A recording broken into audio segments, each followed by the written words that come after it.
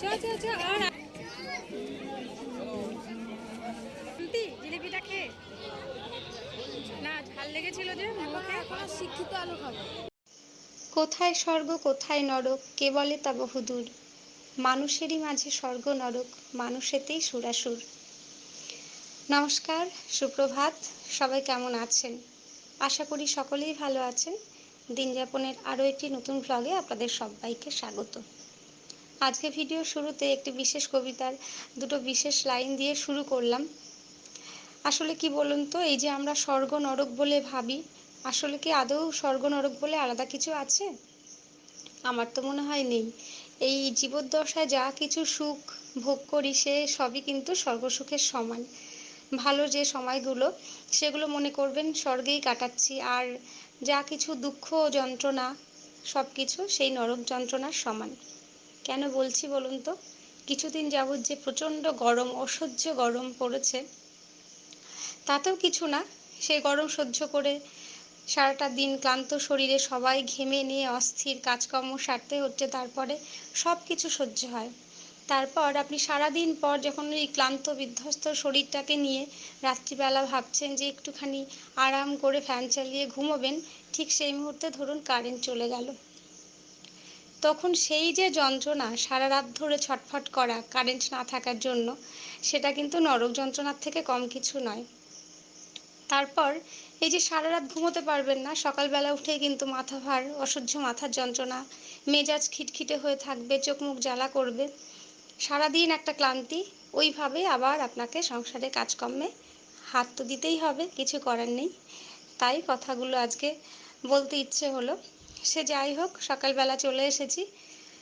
কদিন ধরেই আসলে এরকম চলছে, গরম গরম, আর রাত্রিবেলা হলেই লোডশেডিং। তাই কথাগুলো আর কি বললাম। তো সকালবেলা চলে এসেছি রান্নাঘরে, রান্নাবান্না শুরু করেছি। আর আজকে একটুখানি পাট শাক করব। মামুনের বাবার খুব প্রিয় পাট শাক।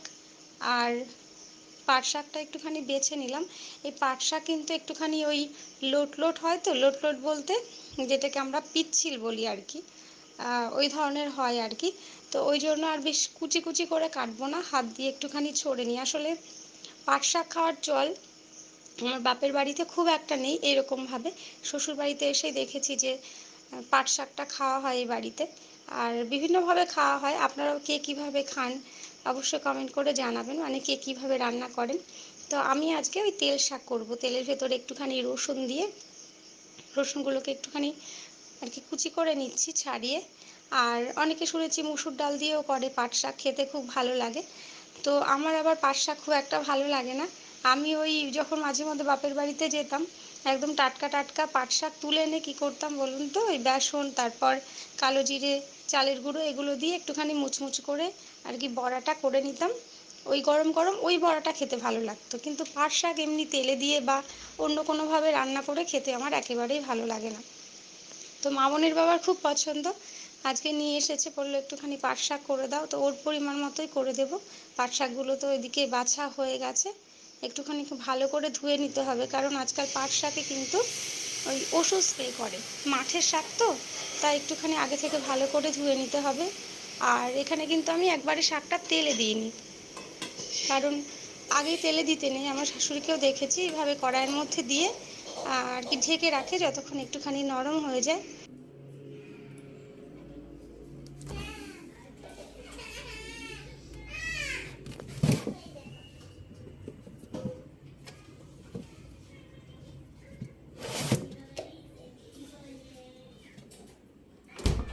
আজ ভাবছি একটুখানি মুসুর ডাল করব।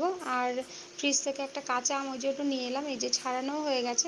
মুসুর ডাল দিয়েই করব। মাঝে মধ্যে কিন্তু আমি মুগ ডাল দিয়েও টক ডালটা করি, কাঁচা আম কিংবা একটুখানি আমড়া দিয়ে করলে খেতে বেশ ভালোই লাগে। তো মুসুর ডালটা ভালো করে ধুয়ে নিচ্ছি, কারণ এগুলো বাজারের কেনা ডাল নয়। এই বাজারে কেনা ডালগুলো তো বেশ পরিষ্কার থাকে। আর কদিন আগে যে আপনাদের একটা ভিডিওতে দেখিয়েছিলাম না, ডাল ঝাড়া হচ্ছিল বাড়িতে, তো আমাদের গ্রামের দিকে যে সমস্ত চাষি বাড়িতে আর কি ডাল চাষ করা হয় মাঠে, মুসুর ডাল, তো সেখান থেকে বেশ কিছুটা পরিমাণ কিনে আনা হয়।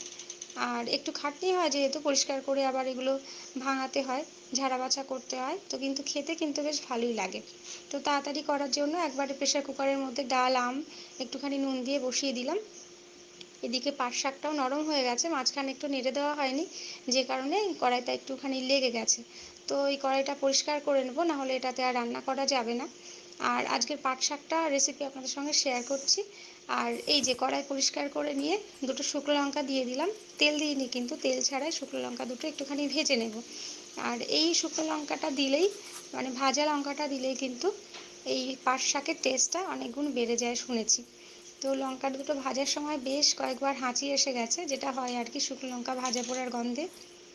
তো চলুন, লঙ্কা দুটো ভেজে সাইড করে নিলাম। এবার দিলাম একটুখানি সর্ষের তেল, কড়াই আগেই গরম হয়ে গেছিলো। আর তেলের ভেতরে ওই যে আগে থেকে ছাড়িয়ে রাখা যে রসুনের কুচিগুলো দিয়ে দেবো।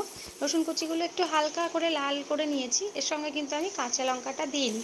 এবার দিয়ে দিলাম পাট শাক, যেটা আগে থেকেই ভাপিয়ে রেখেছিলাম। আর একটু নেড়ে নিয়ে এর সঙ্গে দেবো পরিমাণ মতো নুন আর একটু হলুদ গুঁড়ো।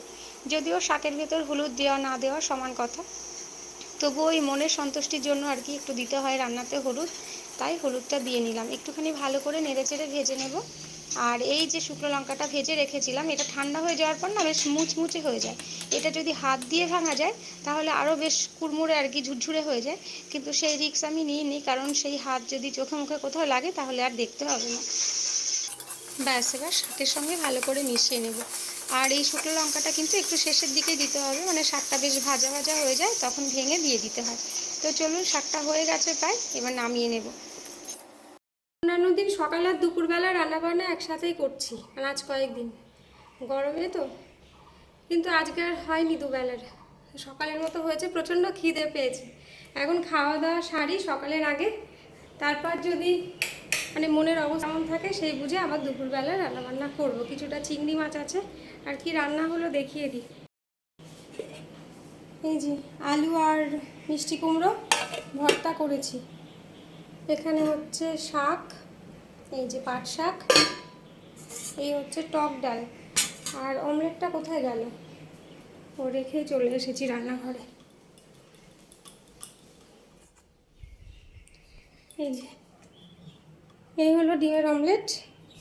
সকালবেলা এই দিয়েই হবে খাওয়া দাওয়া, তারপর দেখি দুপুরবেলা। এখানে তো কেটে রেখেছি। কেমন গুড়িয়া, আমার গ্লাসে জল ভরো, চলে এসো। আর গুড়িয়াকে দায়িত্ব দিলাম থালাগুলো নিয়ে আয় আর গ্লাসে জল ভর। বেলা 10টা মতো বাজে, পুরোপুরি 10টাও হয়নি, এখনই হাঁপাচ্ছি এই গরমে।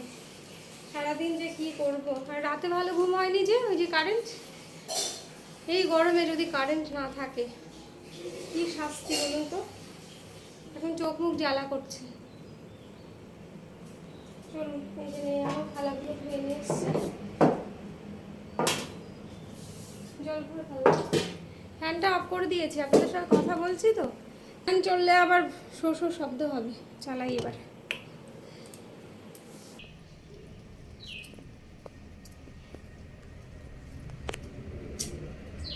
বাড়ির গাছের একটা এঁচড় কাটবো, চিংড়ি মাছ আছে তো ভাবলাম একটা এঁচড় কেটে নিয়ে যাই, এটাই করি। আর রান্না বান্না করতে ইচ্ছে করছে না, ছোট একটা কাছে তো বড় বড় হয়ে গেছে সব।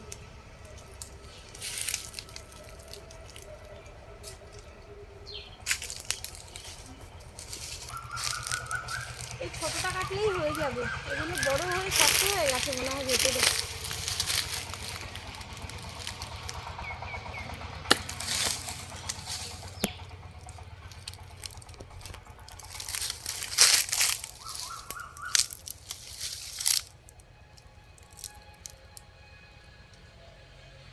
এঁচড়কে কি বলা হয় বলুন তো? শুনেছি বলে নিরামিষ খাসি, নিরামিষ খাসির মাংস আজকে রান্না হবে। চলুন, রান্না যখন করতেই হবে আর দেরি না করে রান্না বান্না করে ফেলি। আর আমি কালকে লঙ্কা তুলবো, লঙ্কাগুলো পেকে গাছে লাল হয়ে গেছে, খাওয়ার মানুষ নেই। কালকে দেখি সকালবেলা এসে লঙ্কাগুলো তুলে নিয়ে যাবো।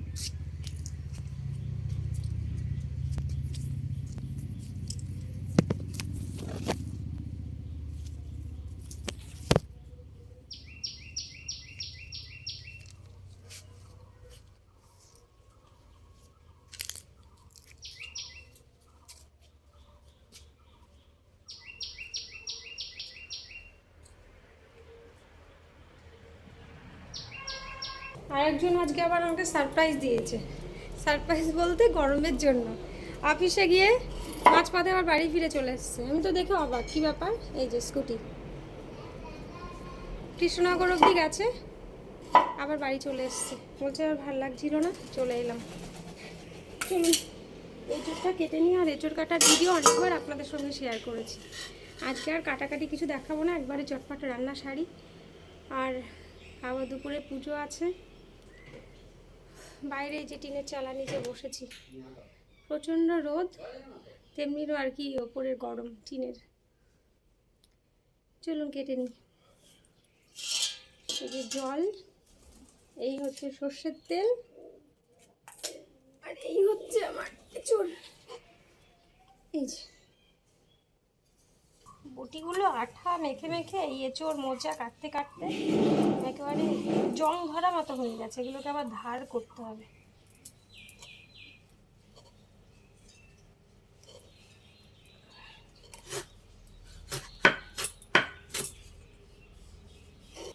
ভালো করে তেল মাখিয়ে নেওয়াতে সেরকম আর আঠা লেগে নেই বটিতে, নাহলে একদম আঠা লেগে মানে জং ধরে যায় আর কি, ধার কমে যায় আস্তে আস্তে, কাটা যায় না কিচ্ছু। কি চাই? এই গুড়িয়া, মাম্মা একটুখানি এদিকে এসে ওদেরকে একটু খেতে দে তো, পায়রাদের নেমেছে দেখ সব। চলুন আর দেরি না করে বসিয়ে দিই।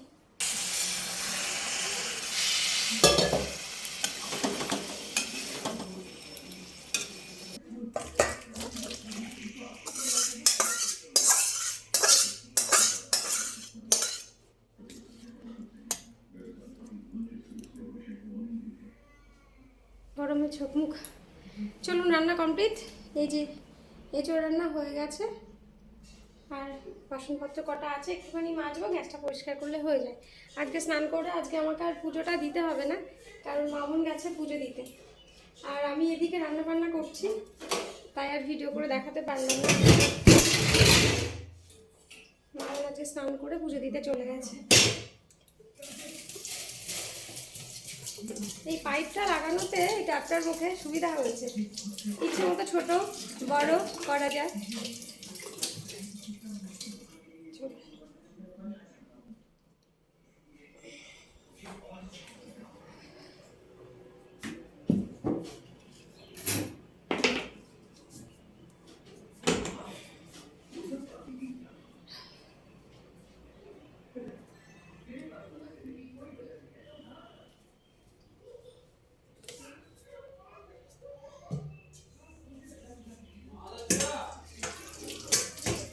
মামুনির বাবা অফিস থেকে বাড়ি আসার পর একটা ভালো কাজ করেছে, দেখাচ্ছি তাহলে। আমাদের জন্য কাঁচা আম, তারপর টমেটো, আঙুর, শসা, তারপর লেবু, তেঁতুল, কি বলছে এই সমস্ত কিছু মাখা করেছে কাসুন্দি দিয়ে। এখন এই গরমের মধ্যে এগুলোই ভালো লাগবে খেতে। তো রান্নাঘরটা আগে পরিষ্কার করে আসি, তারপর নিশ্চিন্তে বসে খাওয়া দাওয়া করা যাবে। রান্নাবান্না তো সারা হলো, এবার স্নানে যাওয়ার আগে রান্নাঘরটাও একটুখানি পরিষ্কার করে নেব। আর বেসিনের মধ্যে কিছু বাসনপত্র আছে সেগুলো মেজে রাখবো, যতটা আর কি কমিয়ে রাখা যায়। বাসন জমে থাকলে গা কেমন যেন ভারী ভারী লাগে, কাজকর্ম জমে থাকলে। তো চলুন গ্যাসটা আগে পরিষ্কার করে নিই, তারপর বাসনগুলো মাজবো। আর আজকে ভাবছি দুপুরবেলা এই বাড়ির সামনে যে বাগানটা আছে ফুল গাছগুলো, একটু ওই জায়গাটাও পরিষ্কার করব। কারণ অনেক দিন থেকে ভাবছি করব করব, কিন্তু গরমের জন্য আজকাল করে ওঠা হয় না। আর আজকে যেহেতু মামুনের বাবাও বাড়িতে আছে, ভাবলাম হাতে হাতে ওই জায়গাটা দেখে একটুখানি পরিষ্কার করে নেব। আর একটুখানি স্নানে দেরি হলেও অসুবিধা নেই, কারণ মামুন তো আজকে ঠাকুর ঘরের পুজোটা দিয়ে নিয়েছে আর কি। আর মামুন বড় হচ্ছে একটু একটু করে, কিন্তু এই সমস্ত কাজকর্মগুলো শিখছে। মেয়েরা বড় হলে এটাই সুবিধা, মায়ের হাতের কাজ দেখা দেখি ওরাও শিখে যায়। তো চলুন চলে এসেছি বাগানের এই গাছগুলো একটুখানি পরিষ্কার করতে। মামুন গুড়িয়াকে অবশ্য খেতে দিয়ে এসেছি। আর এই ফুল গাছগুলো, এগুলো ডালিয়া ফুল, সেই শীতকালের ফুল। তো এখনও যে একটা দুটো করে ফুল হচ্ছে দেখার। তো কিছুদিনের মধ্যে এগুলো পরিষ্কার করে ফেলা হবে। তো যতদিন আছে ভাবলাম যে এই শুকনো যে মরা ডালগুলো, কিছু ফুল শুকিয়েছিল সেগুলো পরিষ্কার করে দিই, নাহলে দেখতে ভালো লাগে না। সন্ধ্যেবেলা আবার মামুন গুড়িয়া বায়না করেছে যে একটুখানি বারোদোলের মেলায় যাবে। কথা প্রসঙ্গে বলি যে বারোদোলের মেলা কিন্তু এখন শেষ হয়ে গেছে, কিন্তু ভিডিওটা সেই সময়ের কিছুদিন আগের আর কি, যখন বারোদোলের মেলা ছিল। তো এসে আমরা সন্ধ্যেবেলা ঢুকে গেছিলাম একটা মোমো স্টলে, আর খিদে পেয়ে গেছিলো আর কি সবার। কিন্তু মোমোর যে চাটনিটা প্রচণ্ড ঝাল ছিল, মানে কান গরম হয়ে যাওয়ার মতো। তো আমরা নিয়েছিলাম স্টিম মোমো, মামুন গুড়িয়া ওই ফ্রাইড মোমো যেগুলো, ওগুলো খেয়ে দেখুন মামুনের রিয়াকশানটা দেখবেন এক্ষুনি, প্রচণ্ড ঝাল ছিল।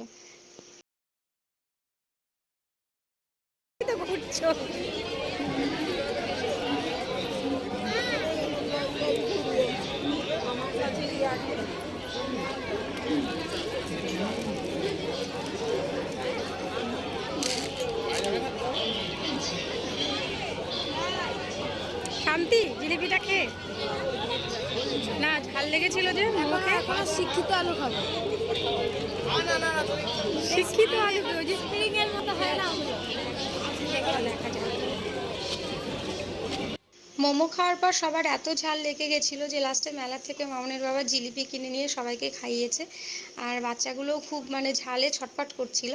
তো তারপর মামুন আবার বলল যে কি শিক্ষিত আলু খাবে। তো শিক্ষিত আলু বলতে ওই দেখেছে আর কি কোনো একটা স্টলে সেই স্প্রিং যে আলুগুলো। তো তার আগে ঢুকলাম আমরা ওই ডিসকাউন্ট বাজারে, যেটা আগের দিন যখন বারোদোলের মেলায় এসেছিলাম এর আগে একবার, তখন তো ওই ট্রেন ধরা তাড়া থাকার জন্য এইসব জায়গায় ঘুরে অতটা দেখা হয়নি। আজকে যেহেতু একটু সময় নিয়ে এসেছি। আর এখানে কিন্তু জিন্স তারপরে টপগুলো ছিল, এমনকি কুর্তি সব 200-250 টাকায়, বেশ সুন্দর সুন্দর দেখেছেন। আর স্টলটার নাম ছিল হোয়াইট হাউস, মানে সমস্ত কিছু এই টপগুলো সব ছিল হোয়াইট, আর সঙ্গে ছিল জিন্সের প্যান্ট আর কিছু কুর্তিও আছে এদিকে, সবই কিন্তু এই 200-250 টাকার মধ্যে। তো মামুনের জন্য এখান থেকে একটা জিন্সের প্যান্ট আর একটা টপ নেওয়া হয়েছে। আমি অবশ্য একটা কুর্তি আর প্লাজো নিয়েছি, প্লাজোর যে প্যান্টগুলো, তো পরে কোনো এক সময় আপনাদের দেখাবো। চলুন একটুখানি ঘুরে আপনাদের দেখাই, ঘুরিয়ে আর কি। আর সব সময় তো আশা হয়ে ওঠে না। এই দেখুন কি কিনেছে বলুন তো, আমি তো কিছু বুঝতেও পারলাম না, দুজন নিয়ে এগুলো খেলায় ব্যস্ত।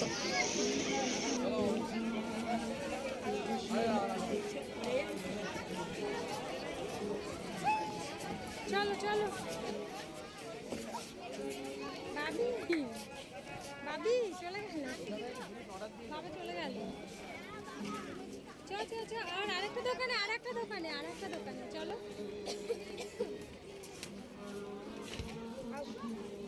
ওটা একটা কাটিতে দাও গুড়িয়া। বাবা কই?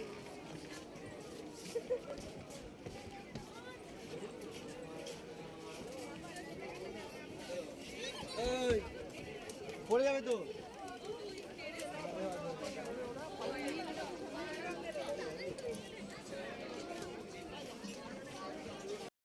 মেলা ঘুরে ফেরার পথে আমরা একটা স্টলে ঢুকেছিলাম, যেখানে ওই চীনামাটির সব বয়ামগুলো বিক্রি হচ্ছিল। তো আমার খুব নেওয়ার ইচ্ছা ছিল, কারণ আমার যে রান্নাঘরের নুনদানিটার ওটার ঢাকনাটা না ফেটে গেছিলো। তো ফেভিকুইক দিয়ে জোড়া লাগানোতে এখন দেখি দিব্যি শক্ত হয়ে গেছে। তো তার মধ্যে মা আবার আর কি, আমার শাশুড়ি মা আবার আর একটা নুনদানিও কিনে নিয়েছে। তো যে কারণে আর কেনা হলো না, কিন্তু এই কালারগুলো আমার খুব পছন্দ হয়েছিল, বেশ লাইট কালারের। তো তো চলুন দেখা হলো, ওখান থেকে আমরা গেলাম সেই মামুনের প্রিয় খাবার, কি শিক্ষিত আলু না কি বললো যেন। তো আসলে কি নাম এটা আমিও জানি না, আপনারা যদি জেনে থাকেন আমাকে কমেন্ট করে জানাবেন। খেতে কিন্তু ভালোই লাগে, এই মেলাঘাটেই দেখি দেখা যায় এগুলো আমাদের এদিকে। আর এগুলো যদিও ডিপ ফ্রাই করে, মানে একদম ছাকা তেলে ভাজা, যদিও এতটা অয়েলি খাবার খাওয়া তো ঠিক নয়, কিন্তু মেলাঘাটে এলে আপনি কোথায় পাবেন অয়েলি খাবার ছাড়া অন্য কিছু। তো চলুন, ভাজা হয়ে গেছে, সঙ্গে দিয়েছিল সস আর সম্ভবত মেয়োনিজ, খেতে কিন্তু ভালোই হয়েছিল। মাঝখানে কয়েকটা স্টল ঘুরেছি, সেগুলো আর ভিডিও করা হয়নি। তো ওখান থেকে চলে এলাম এই যে মামুনের বহু প্রতীক্ষিত সেই, এগুলোকে কি বলে, ডিস্কো না কি ঠিক বলে আমি জানি না, এগুলো প্লেটগুলো সব এদিক ওদিকে ঘুরতে থাকে, তাকালেই মাথা ঘোরে আমার। আগেরবার যখন এসেছিলাম বারোদোলের মেলায়, ওর তো সেই শখ পূর্ণ হয়নি, যেহেতু আমাদের ট্রেন ধরার তাড়া ছিল। তো আজকে বাবার সঙ্গে অনেকটা সময় নিয়ে আসতে পেরেছে আর কি। তো বাবার কাছে আবদার করেছে, শেরফ্রেশ উঠলো আর কি। আর গুড়িয়া উঠতে চাইছিল, আমি কিন্তু উঠতে দিইনি, কারণ ও এখন বেশ ছোট। আর ওর হয়তো সাহস আছে, কিন্তু আমার ভীষণ ভয় করে, তাকিয়ে থাকলেই তো আমার মাথা ঘোরে, ওই জন্য আমি আর গুড়িয়াকে উঠতে দিইনি। আর মামুনির বাবা তো একভাবে তাকিয়েই ছিল, মেয়ে আর কি রিস্ক করতে যে উঠেছিল। আর চলুন তাহলে আজকের ভিডিওটা এখানেই শেষ করব। আজকের ব্লগটা কেমন লাগলো কিন্তু কমেন্ট করে জানাবেন, ভালো লাগলে কিন্তু লাইক করতে ভুলবেন না। তো শেষ করছি আজকে, দেখা হবে খুব তাড়াতাড়ি নতুন একটা ব্লগে। আজকের মতো টাটা, সকলে ভালো থাকবেন, সুস্থ থাকবেন, সবসময় হাসি খুশি থাকবেন।